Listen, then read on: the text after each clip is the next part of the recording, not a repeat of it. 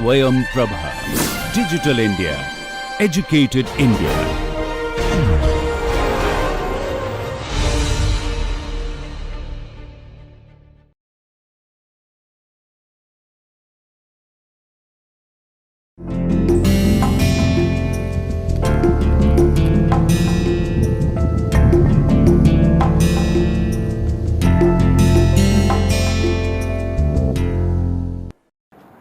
Let us start this lecture with a thought process, that is, for leading a materialistic modern life, we burn fossil fuels like oil, gas, coal, etc., and produces billions tons of extra carbon dioxide each year that traps more of the sun's energy as heat, leading to global warming.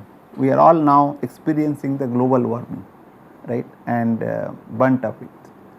So, we need to also learn combustion in such a way that will minimize the carbon dioxide emission. Of course, you cannot really, because you will have to use less fuel. That is the thing. That means if you make the process more efficient, so you will have to use less fuel, and also you will have to be a little bit miserly in using the modern gaskets, so that you can really reduce this global warming. So, in the last lecture, if you look at, that is, we consider about the mass diffusivity, conductivity, and the viscosity properties of the mixtures and also the individual species. And today what we will be looking at, we will be looking at how we will take care of transport of mass in a bulk flow, right. There we are looking at individual microscopic effects, looking at, and then we connected those microscopic properties into the macroscopic properties like viscosity and conductivity and diffusivity. But here we will be looking at bulk, that means those properties we will be using here now, and which of course you will be knowing. Let us consider the mass conservation equation, that means mass has to be conserved in a fluid flow. Keep in mind that we are here considering what you call the continuum hypothesis, right. We are not considering that as if it is a discrete particles, it is all coming together, right. Right. So, therefore, because therefore we are not considering each individual particle now, it is a continuous. So, the function will be also continuous in nature, and we will be considering a control volume approach, and let us say that we are considering a very small infinitesimally control volume. This is my control volume, right, and which is having a phase A, right, and this distance is basically delta y, and this distance in the phase B, and this is phase C, and this is basically delta x, this portion, this distance to this distance, and this is of course the D is again like coordinate. If you look at this point, delta x, delta y, this is the, and we are considering two dimensional in nature, but the z direction will be perpendicular to this plane, right, x and y plane. Now, if you consider the, let us say, mass is entering to the phase A and leaving along the x direction through the phase B, right, and similarly some mass flux rho v y is entering through the phase C and it is leaving with the phase D. Now, we want to look at basically the mass conservation. That means we will have to apply the principle of, right, by applying principle of mass conservation, right.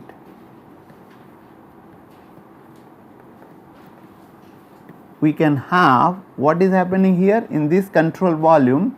We will have to look at rate of mass accumulation in control volume, that is rate of mass accumulation, right,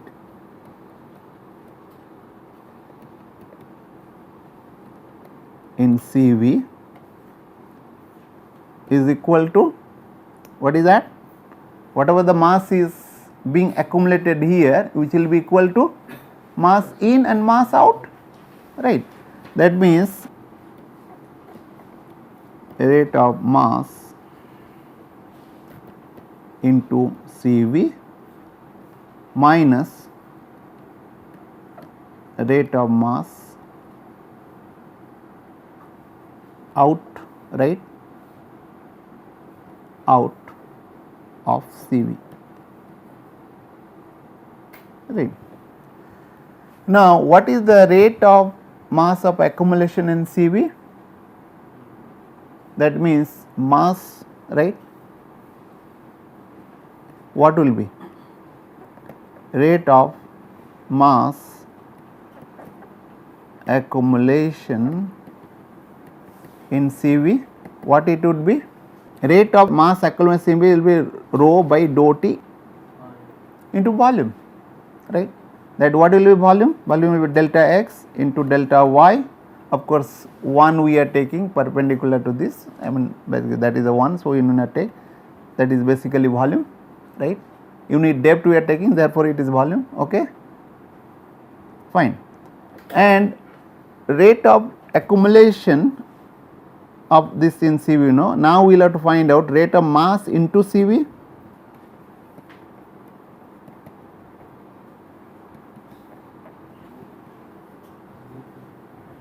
What will be? That means I will have to, instead of this I can say rate of mass entering into CV, right, through phase A,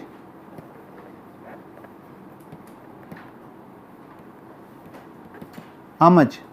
That is be rho Vx into delta y, yes or no? Rate of mass CV through the phase is basically rho Vx into delta y, of course into 1 you can say, right, right. And if you look at how much that at the phase B, what it will be? This is the flux change, how it is coming, how it is, because by Taylor series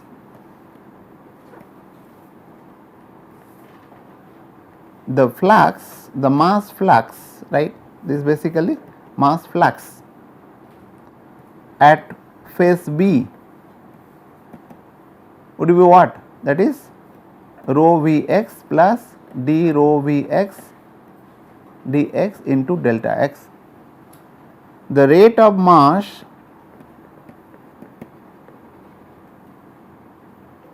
from CV through phase B is what?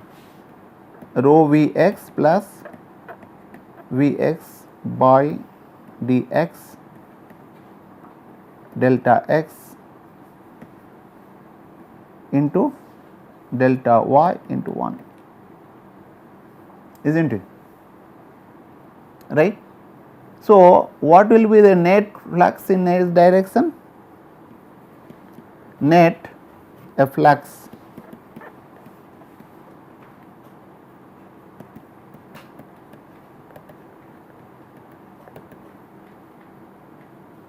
will be rho dvx by dx delta x into delta y, yes or no, right.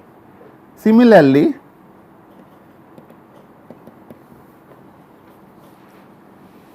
net flux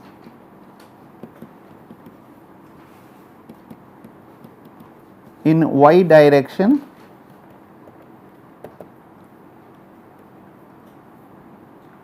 Vy into delta x into delta y, yes or no. So, now if I put this is in equation 1 and this I can say equation 2 and this is equation 3 and equation 4. By using equation 1, 2 and 3, 4 or using equation 2, 3, 4 in 1, I can get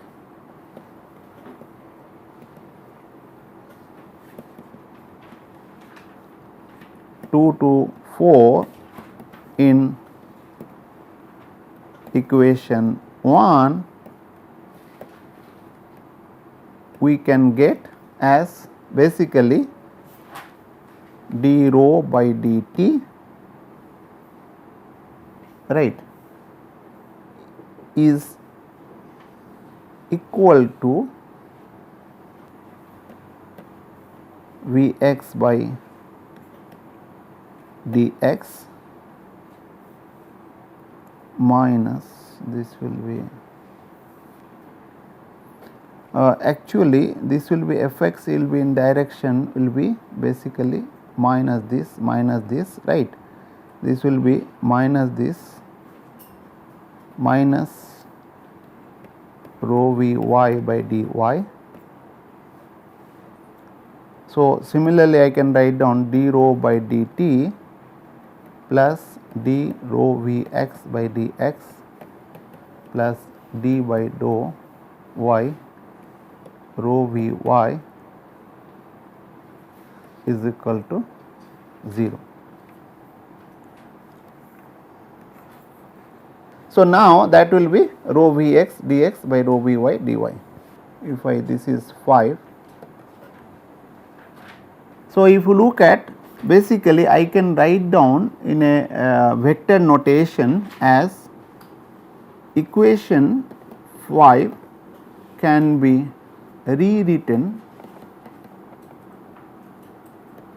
in vector notation as d rho by dt plus delta dot rho v is equal to 0.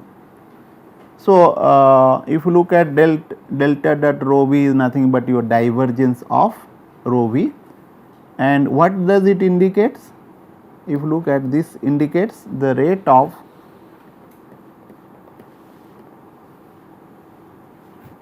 gain of mass or accumulation of mass per unit volume.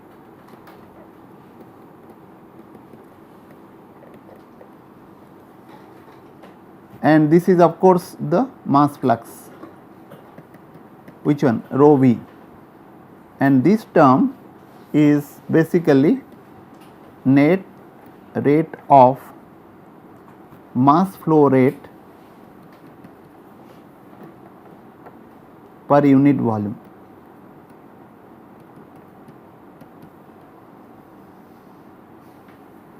I think net rate of mass flow per unit volume.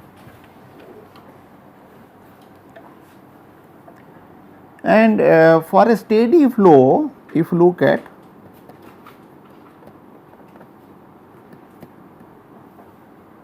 we can write down, right, equation 5 becomes rho Vx dx plus rho Vy dou y is equal to 0. So, keep in mind that in our course we will be mostly dealing with one dimensional flow, but in some situation we may go for 2 dimensional, right. We will definitely not going to the 3 dimensional flow because it is not tractable, particularly for combustion situation. So, if I consider for steady 1D flow, right, that equation 6 becomes rho Vx by dx is equal to 0, implies that rho Vx is constant. What does it mean? It means that if the density is decreasing, what will happen to Vx? Vx has to increase. And in combustion problem, what will happen? There will be increase in temperature, particularly where the flame will be there.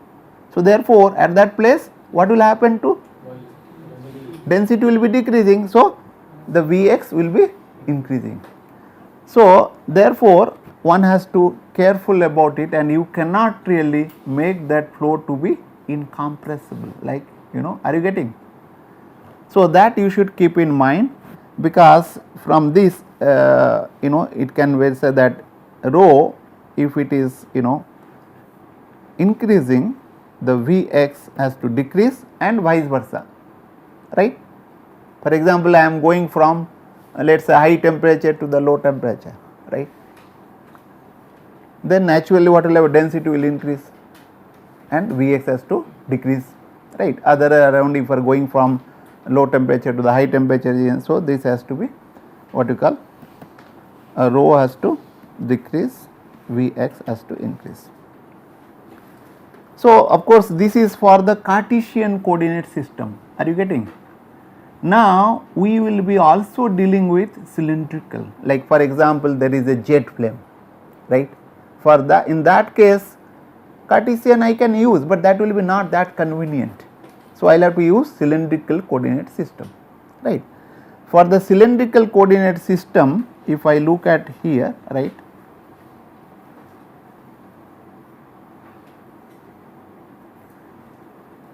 let us say this is the Z, and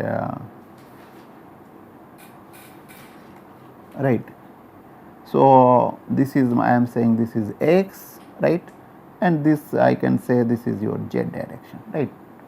But I am having here a point, right. If I say that is coming over somewhere here,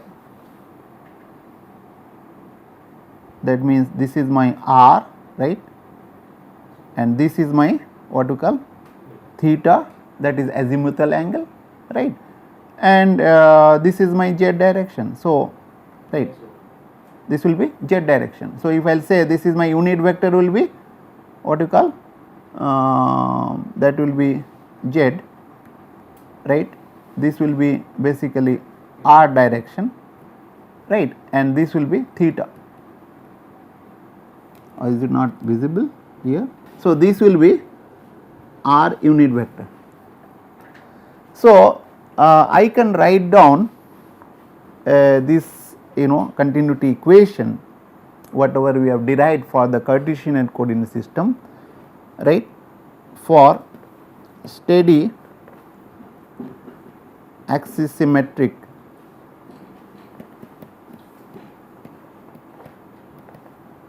system. The continuity equation becomes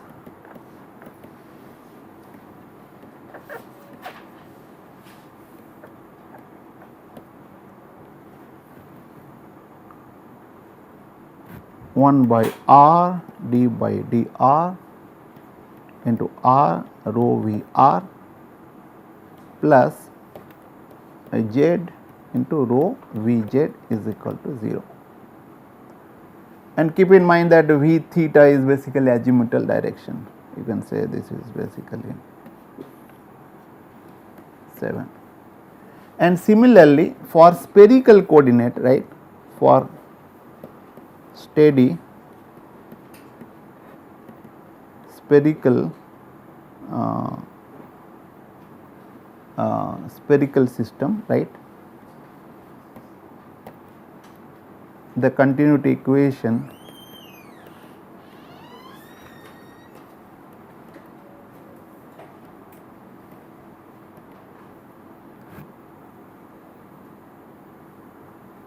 right 1 by r square. I am writing now basically for the maybe what you call 2-dimensional, right, r and theta. So dou by dou r square rho v r plus r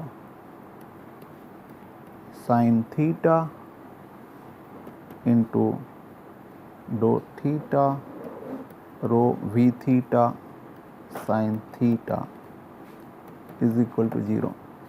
Keep in mind that if you compare this equation with the cylindrical system, what you can see, this is in place of r, in case of axis symmetric system, it is r square is coming, right. Of course, this term is different, like the second term is different. Keep in mind that, like, if I will consider for one dimensional flow, right, because we will be using that for 1D spherical system, right. What it would be? It will be basically equation 8 becomes 1 by r square dou by dou r square rho v r is equal to 0.